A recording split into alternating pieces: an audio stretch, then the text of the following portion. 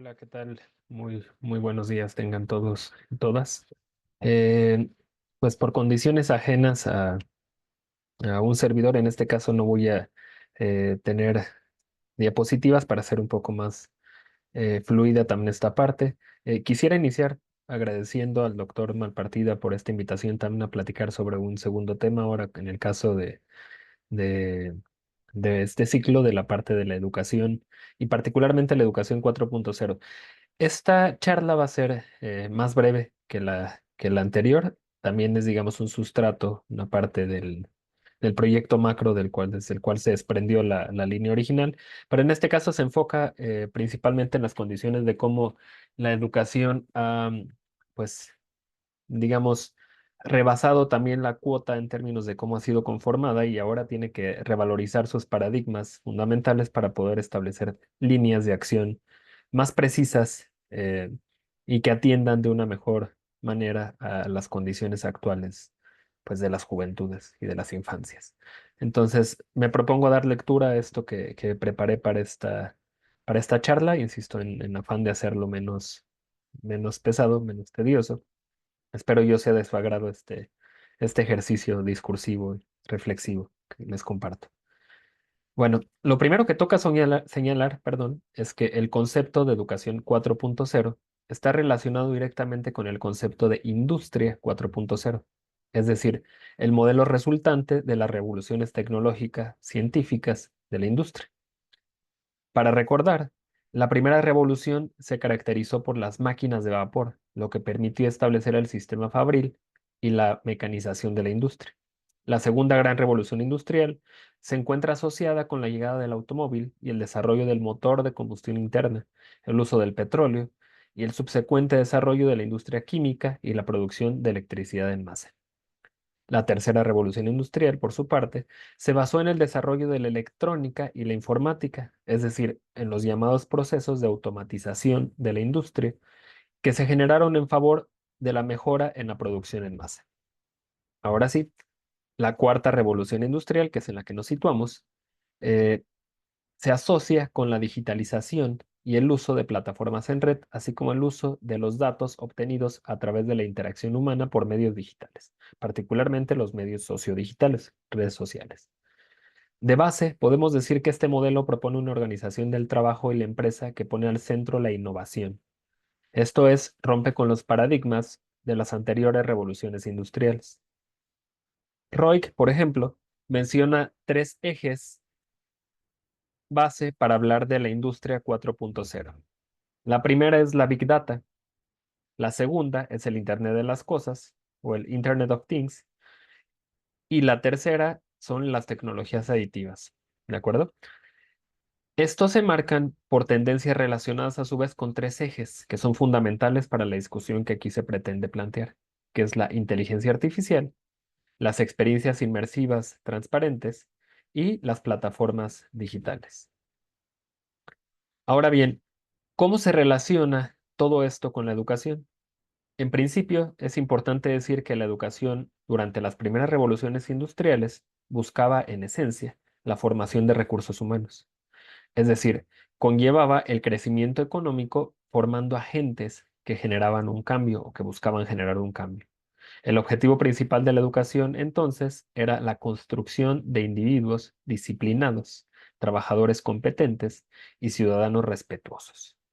Con la llegada de la industria 4.0, estos paradigmas se vieron sacudidos, pues ahora se exige que en los estudiantes se desarrollen habilidades para adaptarse a los acelerados cambios que hoy se presentan en la sociedad, hoy reconocida como sociedad del conocimiento, en donde el conocimiento, la ciencia y la tecnología se presentan como la base de la competitividad económica. Estudios actuales apuntan también a que la educación en el siglo XXI está ligada a las tecnologías de la información y comunicación, las famosas TIC. Esto, por supuesto, se vio acelerado durante la pandemia.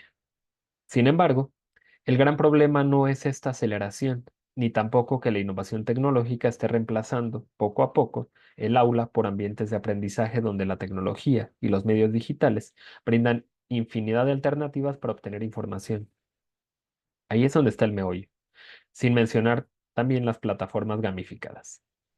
El problema real consiste en que la mayoría de los sistemas educativos del siglo pasado, y que aún nos rigen, se construyeron bajo el principio de que la enseñanza era necesaria para que el aprendizaje ocurriera. La forma en la que el conocimiento es transmitido a los estudiantes en la educación 4.0, por tanto, está ligada de alguna manera al uso de la tecnología, por lo que se pone de manifiesto la brecha existente entre los países desarrollados y los que están en vías de desarrollo. Por supuesto, la educación 4.0 no se reduce al acceso a la tecnología. Existen investigaciones como la realizada por Sánchez, donde él fomenta el desarrollo de habilidades 4.0 a través de apoyo de estrategias didácticas de muy bajo costo y que aplican el enfoque y el pensamiento computacional definido como computational things, sin integrar, pues vaya, los criterios de la tecnología como la conocemos, ¿no? Para ello, pues Sánchez establece una secuencia que ejecutó para su investigación donde aplicó este modelo a 63 estudiantes de nuevo ingreso en un programa de ingeniería industrial en el periodo agosto 2018 y julio 2019. Según cuenta, los estudiantes comenzaron a utilizar conceptos más complejos ligados a la tecnología en sus descripciones, pese a que el ejercicio en sí mismo no precisaba de la tecnología. Esto demuestra, al menos en su experimento, la capacidad de resiliencia de los jóvenes para adaptarse a situaciones complejas en entornos que no son necesariamente virtuales también, ¿sí? Demostrando con ello que la tecnología está presente en la industria, la sociedad y la educación, así como la interacción que se presenta entre ellas. Otro ejemplo, pero ahora sí asociado con la virtualización de la educación superior, en este caso, lo presenta Muñoz Velázquez y Barragán. Ellos analizaron algunos de los cambios provocados por la pandemia en relación con con la transformación de la educación digital. Para ello, la intensificación de la interconexión digital de este fenómeno global resultó indiscutiblemente en cambios metodológicos en la educación. Siguiendo a Muñoz y a sus colegas, pues encontramos que es evidente en este ejemplo que los estudiantes actuales piensan y procesan la información de modo muy distinto a sus antecesores. Esta habilidad tecnológica se incrementa consistentemente. Además, hoy en día, y en la mayoría de los casos, es superior a la de sus profesores y educadores, al menos en el ámbito tecnológico. Lo anterior debido a que la aparición de nuevos dispositivos, aplicaciones y la mejora en los servicios digitales, así como las habilidades tecnológicas de los estudiantes, son cada vez más intensas y abren nuevas posibilidades de utilizar las tecnologías digitales en los procesos educativos. La visualización de la educación, por tanto, implica también la virtualización de los paradigmas educativos, que puede parecer una tarea interpretativa sin fin, porque las disciplinas evolucionan al mismo ritmo que en la producción de nuevos conocimientos. Y las convergencias paradigmáticas inter y transdisciplinares, perdón, no son fáciles de sostener, ni son explícitas en los ejercicios prospectivos en los que participan expertos en gestión y política educativa. Es por esto y otras cosas que la evolución del uso de la tecnología ha generado nuevas facilidades que se manifiestan en herramientas que a su vez facilitan e incrementan la velocidad de acceso a la información digital.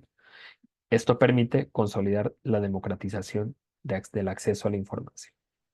Con esto, estos autores concluyen en la importancia de responder a la transformación tecnológica resultante de la industria 4.0.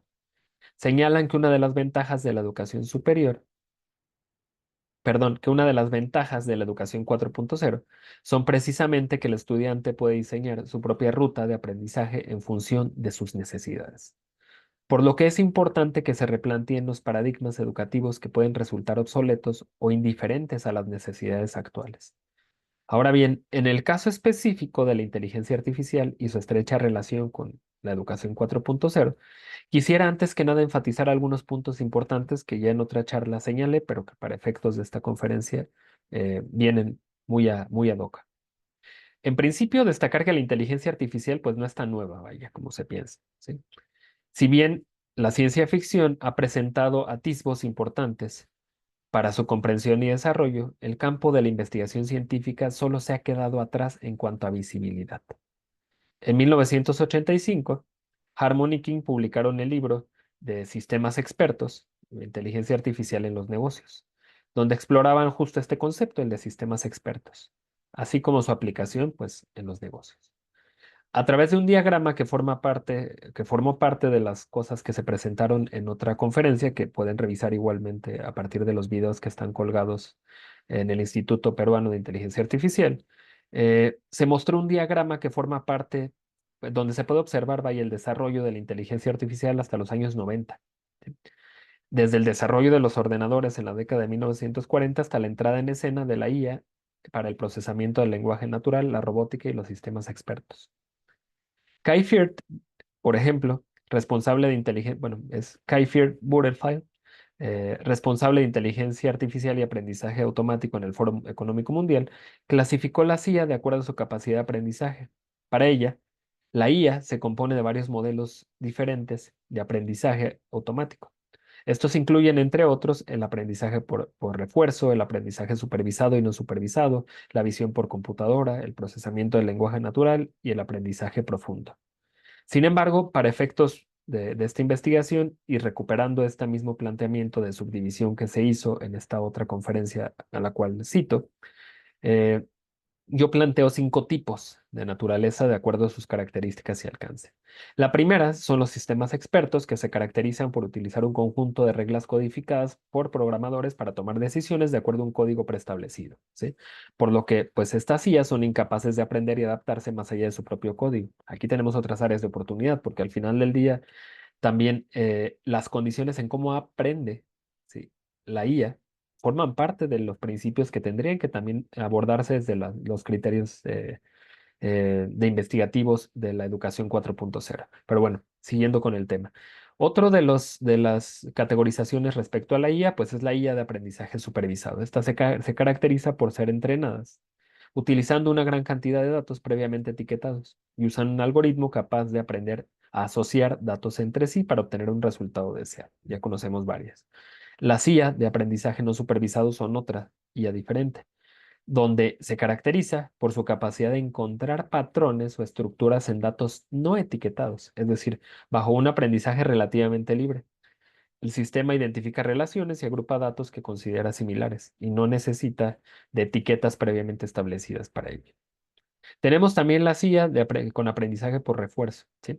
Estas se basan en un sistema de aprendizaje que precisa de la interacción con su entorno, por lo que son capaces de recibir y brindar retroalimentación positiva y negativa en función de sus acciones. ¿Sí? Una de sus características centrales, pues, es justo que se ajustan, que ajusta sus estrategias para, pues, mejorar y maximizar la recompensa. Y por último, las más complejas, que son las deep learning, que también se mencionaron en su momento, que son las redes neuronales profundas, ¿sí? Estas se caracterizan por utilizar patrones o redes neuronales artificiales con múltiples capas para aprender representaciones abstractas, y esa es la palabra clave, de los datos. Otras de sus cualidades es que puede procesar una gran cantidad de información, extraer y analizar características complejas de esto. Hasta aquí, bueno, ya hemos podido advertir que existe un avance progresivo entre los sistemas complejos, que fue la primera forma de IA, y pues las deep learning, ¿no? Y a través de estas últimas, pues se busca replicar la forma en la que el cerebro humano procesa la información. Es decir, su complejidad reside en que, pues, las neuronas artificiales exhiben sorprendentemente muchas de las funciones del cerebro, siendo capaces de aprender, memorizar y analizar un conjunto de patrones, clasificarlos, inferir, generalizar, ¿sí? Apropiarse, vaya, ¿sí? Y pues identificar a qué clase eh, pertenece un nuevo objeto a partir de la experiencia acumulada por esta red, mediante el reconocimiento, pues, de otras previas que ya tiene almacenadas. Es decir, esto permite establecer relaciones entre objetos, siendo por tanto capaces de reconocer símbolos y signos abstractos, ¿sí? Tales como letras y números o cualquier otro objeto o patrón, más allá de la naturaleza intrínseca de estos mismos. Vaya, atiende a un nivel ya en el plano de lo connotativo y ya no solo de lo denotativo. ¿De acuerdo? En consecuencia, el reconocimiento de patrones, pues, es su principal aplicación. Desde el tránsito a las bancas y el dinero digital hasta la integración tecnológica y, por supuesto, la educación, pues encontramos interacciones en este tipo. También aquí es importante tener en cuenta algo. En otra charla, y esto también lo voy a recuperar porque, digamos, forma parte de las condiciones de la propuesta reflexiva que les presento, porque no es propiamente un análisis, digamos, profundo en materia, sino más bien una invitación a la reflexión. En otra charla, eh, pues hablábamos de los cyborg workers. Para ello, pues recuperamos la idea de Pellegrini y Arias, quienes pues a su vez recuperan la respuesta que dio Wozniak, el cofundador de Apple, en una entrevista respecto a si se implantaría un chip para mejorar sus capacidades. Esto también a la luz de los avances en Neuralink, ¿sí? De Elon Musk. Si bien para entonces lo utilizamos para ejemplificar, o sea, es decir, en la charla pasada lo utilizamos para ejemplificar los posibles y radicales cambios en el mundo del trabajo, también resulta afín para comprender la naturaleza del cambio en el panorama educativo, por lo que me tomo la libertad de contarla nuevamente y hacer una reflexión final que invita a todos a tener en cuenta. La mañana era algo fría. Marco se despertó muy contento al saber que era su cumpleaños y pensaba que su tremendo esfuerzo el día anterior y parte de la noche anterior también. Utilizó aprendiéndose todos los países de Europa, sus capitales y los ríos y montañas más importantes, y que esto pues buscaba que diera fruto en el examen. Su padre le dio un tremendo beso y lo felicitó por su cumpleaños. Su mamá, que ya se había ido a trabajar, le dejó un regalo en la mesa de la cocina con una carta en la que le contaba cuánto lo amaba.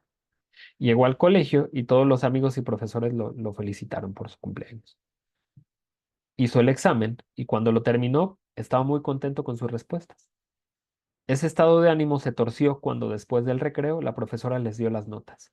Aquí tenemos una primera línea importante, ¿de acuerdo? Que recuperaremos más adelante.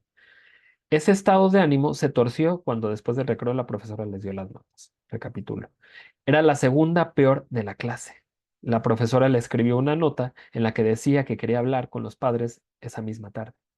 Los padres fueron a la reunión. La profesora comenzó la reunión diciendo que Marcos era un buen niño, se portaba muy bien, atendía mucho en clase y se esforzaba, pero sus resultados eran constantemente peor que los de sus compañeros. Todos los compañeros menos Marcos y otro llevaban un implante de memoria. La profesora les aconsejó que el niño cambiara a una clase especial de niños sin implante de memoria y que tendría que seguir un proceso de educación especial con nivel mucho más bajo. Cuando llegaron a casa, le dieron la noticia a Marcos. Este comenzó a llorar diciendo que no quería separarse de sus amigos de clase. Además, añadió que sus compañeros tardaban en memorizar segundos, lo que a él le llevaba varias horas. Y esta es otra línea muy importante. Marcos tomó aire, se tranquilizó y dijo muy pausadamente, pero con total solemnidad: Papá, mamá, lo que realmente quiero para mi cumpleaños es un implante de memoria. Quiero ser un cyborg. ¿Sí? Este relato precisa una serie de matices importantes con respecto a los cambios paradigmáticos que representa la inserción de la tecnología, particularmente la IA y la cultura cyborg, ¿sí? En los entornos educativos. Sin embargo, adolece por su indiferencia ante los posibles cambios en el sistema de enseñanza-aprendizaje. La historia, sin pretensión de matizar estos cambios, seguramente, presupone que el entorno educativo no ha cambiado en lo absoluto en el escenario que plantea. Más allá del chip de memoria, se sigue estudiando bajo el mismo principio.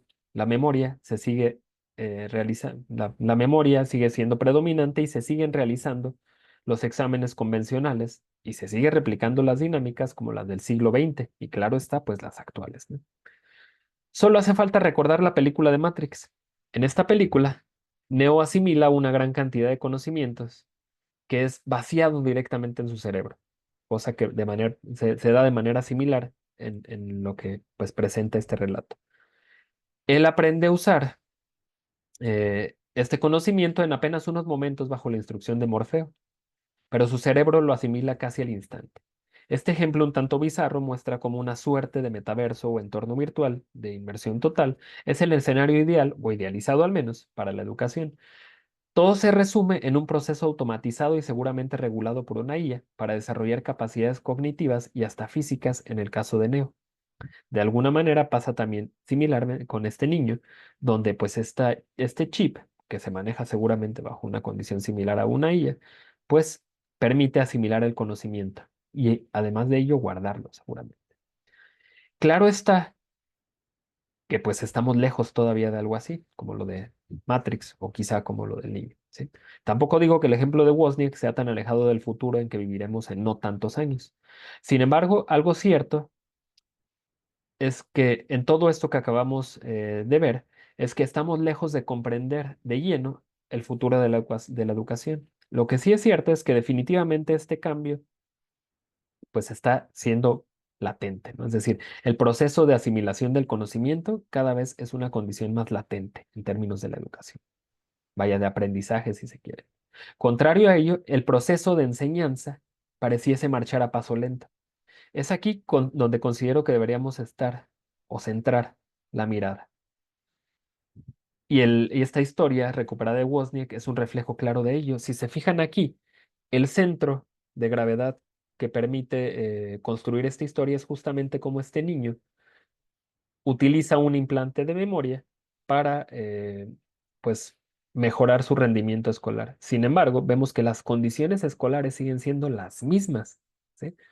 Pudiera ser, insisto, que no, Wozniak no haya pensado ni Pellegrin y Arias hayan pensado en su momento en esta condición.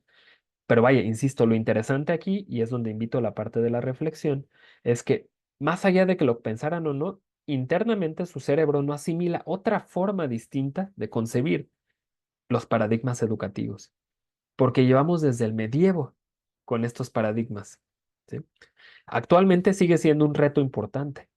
Las instituciones públicas, sobre todo, están teniendo serios problemas en términos de captación de prospectos, porque cada vez en principio hay más oferta de universidades privadas, pero más allá de la oferta de las universidades privadas, hay oferta de eh, programas virtuales asincrónicos en instituciones privadas. Y esto es un claro reflejo de cómo estas tecnologías están avanzando. Pero aquí hay dos implicaciones importantes. La primera es que muchos de los contenidos que se generan para estas instituciones están mediados a través de las inteligencias artificiales. Y ese no sería un problema de facto. El problema de fondo con ello es que no están reguladas propiamente estos contenidos, a veces no están ni siquiera propiamente revisados porque tampoco hay forma de saber que están hechos en entero con IA o parcialmente hechos con IA. Ahora, hay otro problema sustancial a esto, que todavía no existe este implante y que no hay forma de que los estudiantes atiendan a este mismo ritmo en términos de la captación de información. Lo que hacen es, pues, lo que Byung-Chul Han denomina esta condición del hartazgo, ¿no? Vaya, donde cada vez es más el consumo de contenidos rápidos y de hecho hay estudios que lo demuestran. El cerebro tiene ciertos segundos cuando hacemos el scrolling, para captar información. El resto tenemos que cambiar y tenemos que estar como haciendo este movimiento del scroll para seguir bajando y bajando y seguir estimulando el cerebro, pero no estamos propiamente en un proceso de aprendizaje con ello, ¿sí? Entonces, ¿cuáles son los recursos? Al tener IA, pues muchos estudiantes las utilizan de manera libre para realizar sus tareas y ahí se merman las condiciones del aprendizaje, porque no es propiamente que tengamos, como en el ejemplo del cuento, de este relato, un chip de memoria, sino que lo que utilizamos es simplemente el recurso que todavía no está bien desarrollado para que elabore trabajos medianamente entregables, ¿sí? Para cumplir con el criterio y que se obtenga un título. Esto genera una deficiencia tremenda en términos del proceso de aprendizaje, ¿sí? Insisto, ahorita toda la discusión está girando en torno, la mayor parte de la discusión está girando en torno a cómo, dentro de las condiciones de la educación 4.0, se busca la vanguardia, vaya, en términos de la innovación tecnológica para el desarrollo de la cátedra, para el desarrollo de los modelos educativos, de los programas, etcétera. Pero no se toma en consideración la importancia que tiene también los procesos de asimilación del estudiante. ¿Qué tan rentable está haciendo esto? ¿Qué estamos formando? ¿A quiénes estamos formando? ¿Con qué capacidades se les está formando? Entonces, yo invitaría a la reflexión. Sé que es un tema amplio, sé que es un tema complicado. Me disculpo igualmente por los alcances y limitaciones que pudo tener esta charla. eh, y agradezco mucho nuevamente la invitación al Instituto Peruano de Inteligencia Artificial, que me permite pues compartir con ustedes estas experiencias, estas reflexiones, que eso son reflexiones e invitaciones a la reflexión. ¿De acuerdo? Pues muchas gracias a todos y les deseo un excelente fin de semana.